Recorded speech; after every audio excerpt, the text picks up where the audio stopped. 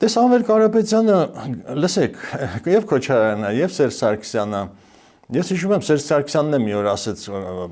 մեր Հայաստանի Հանրապետության ղեկավարին, ասում է, ախր ով ես դու, որ չես գնում օդանավակայանում դիմավորես Պուտինին։ Ինքը մեր պետության ղեկավարն է, դուք չեք իմանում ինքը ով է, հասկանում եք։ Եվ փոխանակ հպարտանան, փոխանակ ուրախանան, փոխանակ ծափահարեն, ինչ ասեմ, մեծարեն, անկախ նրանից թե որ բևեռում եք։ Այսինքն մեր պետության ղեկավարը իրեն պահեց ղեկավարի պես, որովհետև Քոչարյանն է, Սերժն է, գնում էին, լպստում էին, ինչ հնարավոր էր լպստելու ու գալիս էին, էս ա եղել իրանց պահվածքը։ Այսինքն իրանք զարմանում են, ոնց կարելի է լինել պետության ղեկավար, որովհետև իրանք պետության ղեկավար չեն եղել, այդ Սերժն է, Քոչարյանն էլ, այդ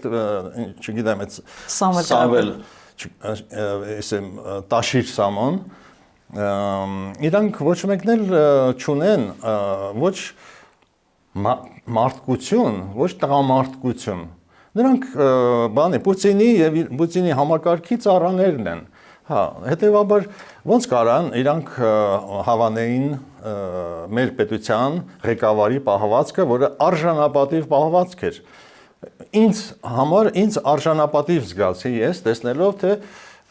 ինչ դեպի ամբողջ աշխարհը քննարկեց այդ պահվածքը, հրաշալի բաներ տվեցին,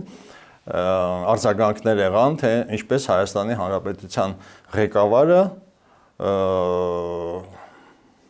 բարձր քաղաքական դաս տվեց ամբողջ ռուսական այդ փտած համակարգին